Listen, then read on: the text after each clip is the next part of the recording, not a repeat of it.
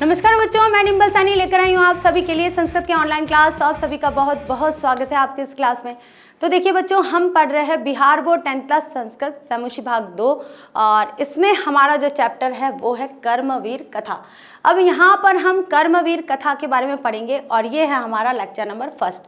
कर्मवीर कथा के बारे में मैं आपको थोड़ा सा बताऊंगी कि कर्मवीर किसे कहा गया है। इस कहानी में ये एक तरह की कहानी है और बहुत ही मोटिवेशनल कहानी है ये। इस मोटिवेशनल कहानी से आपको भी काफ़ी कुछ मोटिवेशन मिलेगा और आपको लेना भी चाहिए। मैं कहूँगी कि इस कहानी से प्रेरित होकर आपको अपने जीवन में कुछ ऐसा करना चाहिए जिससे आप अपने लक्ष्य को प्राप्त कर सकें। अब देखिए, इस कहानी में क्या बताया गया है कि एक परिवार है और वो परिवार बहुत ही दलित जाति का है, यानी कि निम्न जाति का है और निम्न जाति के कारण उसे गांव से बाहर एक कुटिया में रखा जाता है। अब वो कुटिया बहुत जर्जर अवस्था में है, धूप से तो बचा लेती है लेकिन बारिश से वो नहीं बचा पाती है। ऐसी जर्जर अवस्था में एक परिवार निवास करता है जिसमें पति है, पत्नी है, एक बच्चा बालक है और एक बालिका है, एक लड़की है और एक लड़का है। अब होता यूँ है कि वो अपना ऐसा ही साधारण सा जीवन, बिल्कुल कहेंगे साधारण भी नहीं, बिल्कुल निम्न स्तर का जीवन जी रहा है। और निम्न स्तर के जीवन जीते जीते एक बार वह बालक खेल रहा होता है और उस गांव में, जो गांव के बाहर जिनकी कुटिया होती है, वो गांव में एक शिक्षक आते हैं। एक प्राथमिक विद्यालय की स्थापना की जाती है सरकार के द्वारा और एक शिक्षक आते हैं और शिक्षक उस बच्चे को देखते हैं कि वो खेल रहा है और उसमें कितनी प्रतिभा है। वो उस बच्चे को अपने साथ विद्यालय में लेकर आते हैं, उसे शिक्षा देते हैं और इस तरह से वह बच्चा भी शिक्षा को एकमात्र धन समझ लेता है। और फिर बालक और शिक्षक दोनों के द्वारा जो परिश्रम किया जाता है, दोनों के द्वारा जो मेहनत की जाती है, उस मेहनत का फल इतना होता है कि अंत में वह बालक इतना प्रतिष्ठित लोक सेवा संस्था का, लोक सेवा जो समिति है उसका अध्यक्ष बन जाता है। और कैसी भी ऐसी विपरीत परिस्थितियां होती है, कोई मुश्किल आ जाती है, तो उसमें सलाह या निर्णय लेने का कार्य वे करते हैं। तो इतने प्रसिद्ध हो जाते हैं कि उनके नाम से उनका गांव जाना जाता है, उनका देश जाना जाता है, उनका शहर जाना जाता है, उनका विश्वविद्यालय जाना जाता है, उनके पिता जाने जाते हैं। तो इतनी प्रसिद्धि वो बच्चा फिर प्राप्त कर लेता है। तो इसी चैप्टर को हम यहाँ पर पढ़ेंगे कर्मवीर, और हम भी ऐसे कर्मवीर से मोटिवेट होकर अपने जीवन में इस तरह के लक्ष्य प्राप्त करेंगे। ठीक है, तो शुरू करते हैं लेक्चर नंबर 1। सबसे पहले हम इस पूरे चैप्टर को पढ़ लेंगे। संस्कृत में क्या है कि पाठे अस्मिन् समाजे दलितस्य ग्रामवासिन पुरुषस्य कथा वर्तते। कर्मवीर असो निजोत्साहेन विद्याधनं प्राप्य महत्व पदम लभते। समाजे स सर्वत्र सत्कृतो भवति। कथाया मूल्यं वर्तते यत निराशो न स्यात् उत्साहेन सर्वं कर्तुं प्रभवेत्। ठीक है, आगे देखिए। अस्ति बिहार राज्यस्य दुर्गम ग्रामे प्रांतरे दुर्गम प्राप्य प्रांतरे भीखनटोला नाम ग्राम निवसन्ति स्म। तत्र अति निर्धना शिक्षा विहीना क्लिष्ट जीवना जना। तेष्वेवान्य मतस्य जनस्य परिवारो ग्रामात् बहिः स्थितायां कुट्यान्यवसत्। कुटी तो जीर्णा प्राप्यवत्वात् परिवारजनानाम् आतप मात्रत रक्षति न वृष्टे। परिवारे स्वयं गृहस्वामिनी तस्य भार्या तयोरेक पुत्र कनीयसी दुहिता चेत्यसन। आगे देखिए। तस्मात् ग्रामात् क्रोशमात्र दूर प्राथमिको विद्यालय प्रशासनेन संस्थापित। तत्रेको नवीन्द्र दृष्टि संपन्न सामाजिक सामंजस्य रसिकः शिक्षकः समागत। भीखनटोला द्रष्टुं मागत स कदाचित् खेलनन्तरं दलित बालकं विलोक्य तस्य पात्रम् रमणीयेन स्वभावेन अभिभूत शिक्षकं बालकमेव स्वविद्यालय आनीय स्वयं शिक्षिमातु प्रारभत। बालको अपि तस्य शिक्षणशैल्या कृष्ट शिक्षाकर्म जीवनस्य परमा गतिरिति मन्यमानो निरंतर मध्यवसायेन विद्या अधिगमाय निरतो अभवत्। आगे देखिए। क्रमशः उच्च विद्यालयं गतस्तयस्य शिक्षकस्य अध्यापनेन स्वाध्यायवसायेन च प्राथमत्य प्राप्त। छात्राणाम् अध्ययनं तप इति भयो भूय स्वविद्या गुरुपण उपदिशोष्ट। बालकः पित्रोर्थ भावे अपि छात्रवृत्त्या कनिश्च छात्राणां शिक्षणं लब्धेन धनेन च नगरगते महाविद्यालये प्रवेशम् अभलवत्। तत्रापि गुरूणां प्रिय सन सततं पुस्तकालये स्ववर्गे च सदा वहित चेतसाम् अकृत लक्षेप स्वाध्याय निरतो अभूत। महाविद्यालयस्य पुस्तकागारे बहूनां विषयाणां पुस्तकानि आत्मसाधसो कृतवान्। तत्र स्नातक परीक्षायां विश्वविद्यालये प्रथम स्थानं प्राप्य स्वमहाविद्यालयस्य ख्यातिम् अवर्धयत्। सर्वत्र राम इति शब्द श्रूयते स्म। नगरे विश्वविद्यालय परिसरे च जनानां पितृवस्य विद्याजन्या प्रतिष्ठवान्। आगे देखिए, वर्षांतर असो केंद्रीय लोक सेवा परीक्षायाम् अपि स्व अध्यवसाये व्यापक विषय ज्ञानेन च उन्नतं स्थापनं वाप। साक्षात्कारे च समिति सदस्य तस्य व्यापकेन ज्ञानेन तत्रापि तादृश परिवार परिवेशे कृतेन श्रमण अभ्यासेन च परम प्रीता अभूवत्। अद्य रामस्य प्रतिष्ठा स्वप्रान्ते केन्द्र प्रशासने च प्रभुता वर्तते। तस्य प्रशासन क्षमता संकटकाले च निर्णयस्य सामर्थ्य सर्वेषामक वर्जके वर्तते। नूनमसो कर्मवीरो व्यतीत्य बाधा प्रशासन केंद्रे लोकप्रिय संजात सत्यमुक्त उद्योगिनम पुरुष सिंह मुपेति लक्ष्मी। ये था हमारा संस्कृत में चैप्टर। अब हम इसका हिंदी में अनुवाद करते हैं। तो देखिए कैसे लिखा हुआ है कि पाठ्यस्मिना, इस पाठ में समाजे दलितस्य, दलित वर्ग के ग्रामवासी न, दलितों के ग्रामवासी न पुरुषस्य कथा वर्तते। इस पाठ में समाज के दलित वर्ग की एक ग्रामवासी है जो दलित वर्ग का है, उस पुरुष की कथा का वर्णन किया गया है। कर्मवीर असो निजो उत्साह, निजो उत्साह का मतलब होता है स्वयं के उत्साह से विद्या प्राप्य महत्व पदम, महान पद लभते, प्राप्त करा है, लभते यानी प्राप्त किया है। ठीक है। समाजे च सर्वत्र, और समाज में सभी जगह सत्कृतो भवति, सत्कार यानी कि आदर होता है। ठीक है। कथाया मूल्यम वर्तते, कथा का मूल्य भाव है यत की निराशो न स्यात्, निराश नहीं होना चाहिए। उत्साहेन सर्वम कर्तुम प्रभवेत, उत्साह यानी कि परिश्रम से सभी कार्य संभव हो जाते हैं। क्या कहा गया है कि इस पाठ में समाज में दलित ग्रामवासी पुरुष की कहानी है और कर्मवीर लोग अपने उत्साह से विद्या को पाकर बहुत से बहुत बड़ा पद को प्राप्त करते हैं और समाज में सब जगह उनका सत्कार होता है। कथा की जो वास्तविकता है कि मनुष्य को निराश नहीं होना चाहिए, उत्साह से सभी कामों में लग जाना चाहिए। ठीक है, ये इसका अनुवाद है। आगे चलते बच्चों, अब यहाँ से हमारी स्टोरी स्टार्ट होती है, यहाँ से हमारी कहानी शुरू होती है कि अस्ति बिहार राज्य के दुर्गम क्षेत्र में, जहाँ से दुर्गम मतलब बहुत जाना कठिन है, उस क्षेत्र में भीखनटोला नाम का गांव है। निवसंती रहते हैं, निवसंती का मतलब रहते हैं। ठीक है। स्म तत्र अति निर्धन यानी कि वहाँ बहुत, अति यानी बहुत, गरीब, शिक्षाविहीन शिक्षाविहीन क्या हो जाएगा, अशिक्षित, क्लिष्ट जीवना, कठिन जीवन जना मनुष्य। ठीक है, कि वहाँ पर बहुत अधिक गरीब, अशिक्षित और कठिन जीवन जीते हुए लोग रहते हैं। तेष्वेन वान्य मतस्य जनस्य परिवारों, उनमें से भी और भी ज़्यादा गरीब एक मनुष्य के परिवारों, जो गांव से, उनका परिवार गांव से बही यानी बाहर स्थित आया कुटिया निवसत, स्थित गांव के बाहर स्थित कुटिया में रहता है। ठीक है। कुटी तो जीर्ण प्राप्यवता, कुटिया जो थी वो पूरी जर्जर अवस्था में थी। कैसी जर्जर अवस्था। ठीक है। परिवार जना नाम, ऐसी जर्जर अवस्था वाली कुटिया में परिवार के लोग रहते हैं और वो आतप मात्र रक्षति, केवल ताप से ही रक्षा होती है, ताप से ही उनकी रक्षा होती है। न वृष्टे, वर्षा से नहीं, वर्षा से उनकी रक्षा नहीं होती है। देखिए क्या कहा है कि बिहार राज्य के दुर्गम क्षेत्र में भिखनटोला नामक एक गांव है और वहाँ बहुत गरीब, शिक्षा विहीन, कठिनाई से जीवन जीने वाले लोग निवास करते थे। उन सबों में एक व्यक्ति का परिवार गांव से बाहर स्थित कुटिया में निवास करता था।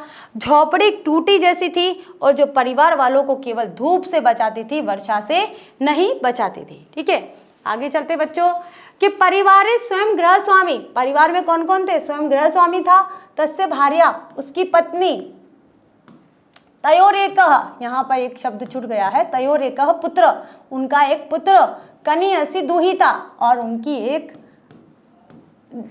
पुत्री थी। ठीक है, कौन कौन थे परिवार में? एक तो गृह स्वामी थे और एक उनकी पत्नी थी, पुत्र और पुत्री थी। ठीक है, आगे देखिए चैत्यासन, वे रहते थे। तस्मात् ग्रामात्, उस गांव से क्रोश मात्र दूरम, 1 कोश की दूरी पर, 1 कोश की दूरी पर प्राथमिको विद्यालय है, प्राथमिक विद्यालय प्रशासनिन, सरकार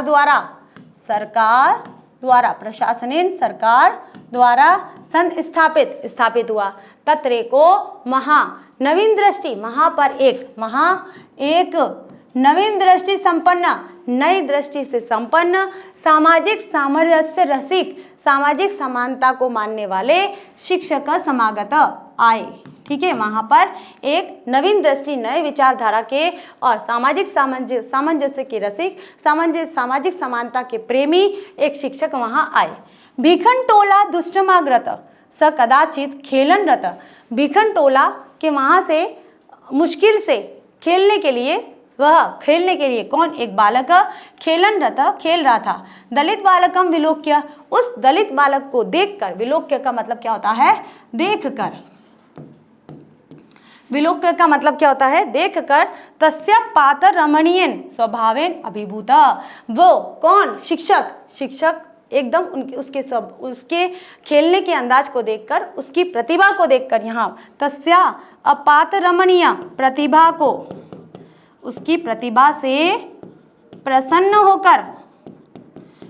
होकर स्वभावेन अभिभूत, वे प्रसन्न हो गए, स्वभाव से खुश हो गए। ठीक है, अब देखिए इसका अनुवाद करते हैं कि परिवार में स्वयं घर का मालिक, उसकी पत्नी, उसका पुत्र और छोटी बेटी थी। उस गांव से मात्र 1 कोश की दूरी पर प्राथमिक विद्यालय सरकार द्वारा स्थापित किया गया था। वहां एक नवीन विचार वाले, सामाजिक समरसता के पक्षधर शिक्षक भिखनटोला देखने आए और उस शिक्षक ने खेल में मग्न एक प्राथमिक प्रतिभा संपन्न दलित बालक को देखकर प्रभावित हो गए। ठीक है, आगे चलते बच्चों कि शिक्षकम बालकमिन स्वविद्यालय मानिय स्वयं शिक्षी मातु मारबत।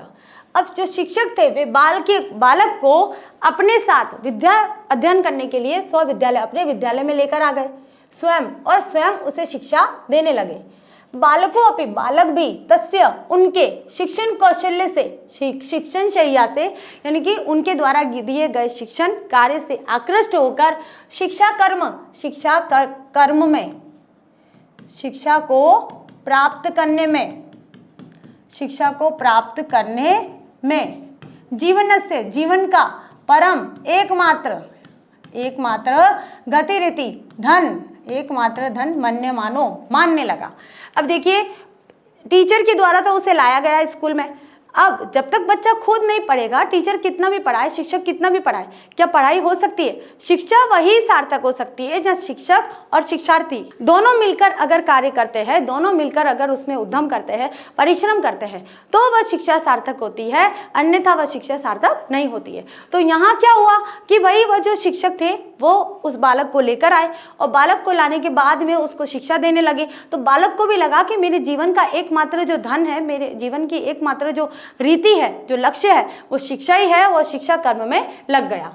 निरंतर अध्यवसायन विद्या अधिगम्य निरंतरो अभवत, और निरंतर अपने अध्ययन में लग गया और विद्या को प्राप्त करने के लिए निरंतर अध्ययन करने लगा। क्रमशः उच्च विद्यालयं गत तस्यैव शिक्षकस्य अध्यापनेन स्व अध्यायसेन च प्राथम्य प्राप्त। अब देखिए जब वे जब वे निरंतर उच्च शिक्षा में गए, जब वे उच्च विद्यालय में गए तो वहाँ जाकर उन्होंने शिक्षक के अध्यापन यानी कि शिक्षक के द्वारा पढ़ाए जाने पर और स्वयं के स्वाध्याय करने के कारण उन्होंने प्रथम स्थान प्राप्त किया। अब देखिए हम इसका अर्थ करते हैं कि शिक्षक ने उस बालक को विद्यालय में लाकर पढ़ाना शुरू कर दिया।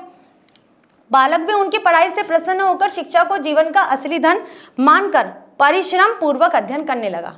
इस प्रकार उच्च विद्यालय में जाने पर शिक्षक के सहयोग तथा अपने परिश्रम के बल पर शिक्षा में प्रथम स्थान प्राप्त किया। ठीक है, आगे चलते बच्चों कि छात्राणाम अध्ययनम तपः इति भूयो भूय स्वविद्या गुरुणो उपदिष्टो असो बालक पित्रोर्थ अभावे अपि छात्रवृत्त्या कनिश्च छात्राणाम शिक्षण लब्धेन धनेन च नगरगते महाविद्यालय प्रवेशम अभलवत्।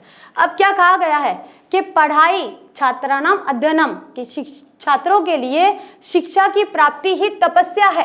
क्या है? शिक्षा की प्राप्ति ही तपस्या है। इति भूयो भूय ऐसा वो अपने गुरु से भूयो भूयो स्वविद्या गुरुनो उपदिष्टो असो ऐसा वह अपने गुरु से उपदेश प्राप्त करते समय जान लेता था कि शिक्षा की प्राप्ति छात्रों के लिए एकमात्र तपस्या है और उसी तपस्या को बार बार करना चाहिए। ऐसा वह अपने जो विद्या गुरु थे, जो शिक्षक गुरु थे, उन शिक्षक गुरु के दिए गए उपदेशों से वो समझ जाता था।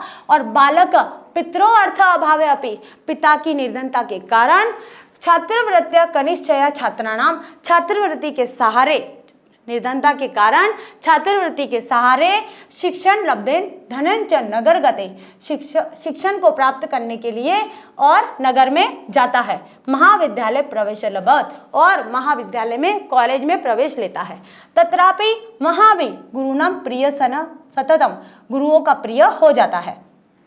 वहाँ भी गुरुनाम गुरु का, ठीक है, गुरु का प्रिय हो जाता है। सततम पुस्तकालय स्ववर्गे वह लगातार पुस्तकालय से अपने वर्ग की पुस्तकें लेता है और सदा वहित चेतसाम और सदा पढ़ाई में लगा रहता है। अकृत काल लक्षण का मतलब होता है कि बिना समय नष्ट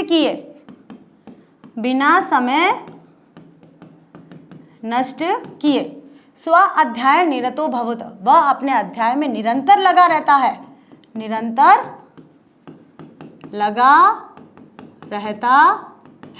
ठीक है। आगे देखिए, अब देखिए इसका अनुवाद करते हैं कि पढ़ाई या शिक्षा की प्राप्ति तपस्या है। अपने गुरु से बार बार उपदेश प्राप्त करने के फलस्वरूप पिता की निर्धनता के बावजूद छात्रवृत्ति के सहारे कि पिता निर्धन थे, पढ़ा नहीं सकते थे, पैसा खर्च नहीं कर पाते थे, तो छात्रवृत्ति के सहारे प्राथमिक परीक्षा माध्यमिक परीक्षा के बाद नगर के महाविद्यालय में नामांकन करवाया, यानी कि प्रवेश कर लिया, एडमिशन ले लिया। नामांकन का मतलब क्या होता है? यहाँ पर एडमिशन उन्होंने ले लिया। वहाँ भी शिक्षकों का प्रिय हो गया। देखिए जो अच्छे और इंटेलिजेंट बच्चे होते हैं वे कहीं भी चले जाए वे टीचर्स के फेवरेट ही होते हैं और हमेशा टीचर्स उन्हें पसंद करते हैं। तो हम भी कोशिश करेंगे उन बच्चों की श्रेणी में आने का जहां टीचर्स हमें पसंद करें या टीचर्स हमारे साथ अच्छा बिहेव करें। ठीक है, हमेशा पुस्तकालय तथा अपने वर्ग में सावधानी पूर्वक मन से बिना समय नष्ट किए हुए पढ़ाई में लग गया। कौन? कर्मवीर बालक। ठीक है, उसकी कहानी पढ़ रहे हैं हम। आगे देखिए, महाविद्यालय से पुस्तकागरे बहुना विषयाणां पुस्तकानि आत्मसाधसो कृतवान। महाविद्यालय के जो लाइब्रेरी थी उसमें से बहुत से विषय की जो पुस्तकें थी उनको पढ़कर उन्होंने आत्मसात कर लिया। तत्र यानी वहाँ स्नातक परीक्षाया, स्नातक किसे बोलते हैं? बीए की परीक्षा में विश्वविद्यालय में प्रथम स्थान प्राप्त किया। स्व महाविद्यालय से वह अपने महाविद्यालय की ख्याति में वर्धयत और उसकी प्रसिद्धि को बढ़ाया। सर्वत्र राम प्रवेश राम इति शब्द श्रूयते स्म, और सभी जगह राम प्रवेश राम ऐसा शब्द सुनाई दे रहा था। क्यों? क्योंकि उसने पूरे विश्वविद्यालय में प्रथम स्थान प्राप्त किया था। नगरे विश्वविद्यालय से परिसरे च, नगर में और पूरे विश्वविद्यालय के परिसर में राम प्रवेश राम ऐसा शब्द सुनाई दे रहा था। न जानताम पितरवास्य, और जो न मतलब पिता को न जानते हुए, जानते हुए पितावस्य पिता को भी पिता को विद्याजन्या प्रतिष्ठां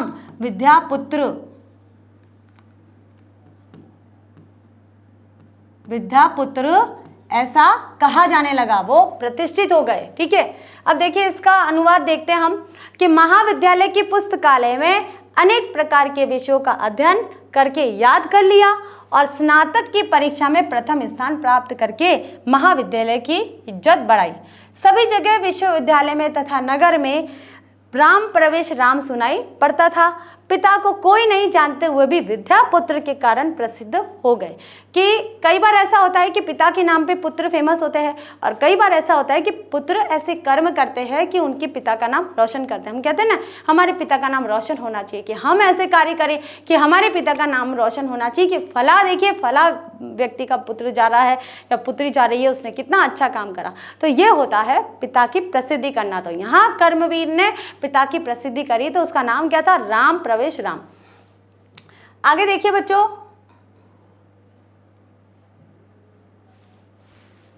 वर्ष अंतरसो के वर्ष के अंत में केंद्रीय लोक सेवा परीक्षायाम अपि, केंद्रीय लोक सेवा परीक्षा में भी स्व अध्यवसाय अपना अध्ययन करके स्वाध्याय करके व्यापक विषय ज्ञानंच और व्यापक विषय का बहुत बड़ा ज्ञान प्राप्त करके उन्नत यानी कि उच्च स्थापवाम यानी कि श्रेष्ठ, हम श्रेष्ठ कहेंगे, उन्नत का मतलब क्या होता है?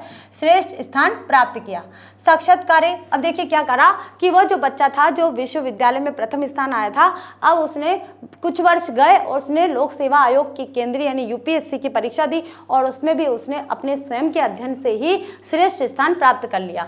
साक्षात्कारे च, और साक्षात्कार समिति के सदस्यों ने व्यापकेन ज्ञानेन, व्यापक ज्ञान के कारण तत्रापि तादृशो, वहां भी उसके दृश्य को, उसके ऐसे ज्ञान को देखकर परिवार परिवेश कृतेन, और परिवार की ऐसी आर्थिक स्थिति को देखकर श्रमेण अभ्यासेन, और अपनी मेहनत से अभ्यास करके मेहनत से इतना पढ़कर जब परम प्रीता अभुवना, और क्या कहा? आर्थिक स्थिति उसकी सही नहीं थी, फिर भी कठोर परिश्रम से वे प्रसन्न हुए। प्रीता का मतलब प्रसन्न हुए। ठीक है, अब देखिए इसका अर्थ देखते हैं कि वर्ष के अंत में इन्होंने केंद्रीय लोक सेवा की परीक्षा में अपने परिश्रम और व्यापक ज्ञान के कारण श्रेष्ठ स्थान प्राप्त किया और साक्षात्कार में समिति के सदस्यों को उनके ज्ञान, आर्थिक स्थिति और कठोर परिश्रम से सभी अति प्रसन्न हुए। ठीक है, आगे चलते हैं बच्चों। अब ये हमारा यहाँ पर अंतिम पैराग्राफ है कि अद्य का मतलब क्या होता है? आज। अब देखिए ये थोड़े से अव्यय शब्द है कि अव्यय शब्द देखिए अद्य, श्व और हय, ये थोड़े से मिलते जुलते होते हैं, समय का ज्ञान करवाते हैं। इसका मतलब होता है आज, टुडे। इसका मतलब होता है कल, और कल कौन सा? आने वाला। ठीक है, आने वाला कल जिसे टुमारो बोलते हैं। और हय ये भी कल है, और ये बीता हुआ, कौन सा? बीता हुआ, जिसे यस्टरडे बोलते हैं। तो ये आपको याद रखना है, अद्य श्व है। तो अद्य राम प्रवेश रामस्य, राम प्रवेश राम का की जो प्रतिष्ठा है स्वप्रांते, अपने क्षेत्र में, केंद्र प्रशासने च, और केंद्र प्रशासन में भी, सरकार में भी प्रभुता वर्तते, फैल गई। तस्या प्रशासन क्षमता संकट काले च निर्णयस्य सामर्थ्य सर्वेशा अवार्जके, अवार्जके का मतलब आकर्षक है। अब क्या कहा गया है कि आज राम प्रवेश राम की जो प्रतिष्ठा है अपने राज्य और केंद्र सरकार में प्रसिद्ध हो गई है, बहुत फैल गई है, और उनकी जो प्रशासन क्षमता है, प्रशासनिक क्षमता, उनकी जो प्रशासनिक क्षमता है और संकट काल में निर्णय की जो समर्थता है वो सभी जगह आकर्षक है। नूनमसो, नूनमसो का मतलब होता है अवश्य ही, क्या? अवश्य ही।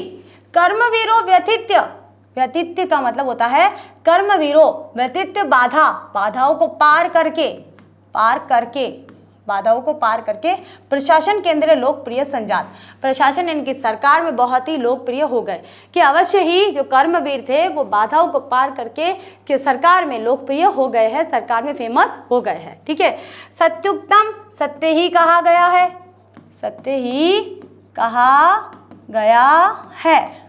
उद्योगिना, उद्योगिना का मतलब क्या होता है? परिश्रम। क्या होता है? परिश्रम।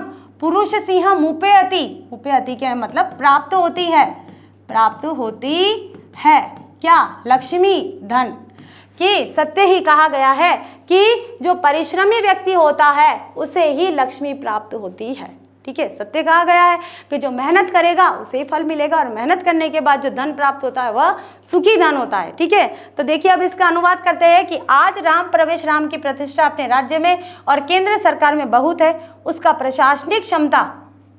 उसकी प्रशासनिक क्षमता और संकट काल में निर्णय की क्षमता सबों के लिए आकर्षक है। अवश्य ही यह कर्मवीर बाधाओं को पार कर प्रशासनिक क्षेत्र में लोकप्रिय हो गया है। सत्य कहा गया है कि परिश्रमी व्यक्ति को ही लक्ष्मी की प्राप्ति होती है ना बच्चों, कि जो मेहनत करेगा उसे ही धन प्राप्त होगा और जो आलस करेगा उसे कुछ नहीं प्राप्त होगा। तो हमें उस श्रेणी में नहीं आना है, हमें कर्मवीर की श्रेणी में आना है। ठीक है, तो देखिए बच्चों, इसके साथ आज हमारा यहाँ पर Bihar board 10th class Sanskrit में कर्मवीर जो कथा है वो भी आज हमने पढ़ ली है। अगले लेक्चर में शीघ्र ही बहुत ही अच्छे तरीके से प्रश्न उत्तर लेकर फिर से हाजिर होते हैं। तब तक के लिए थैंक यू।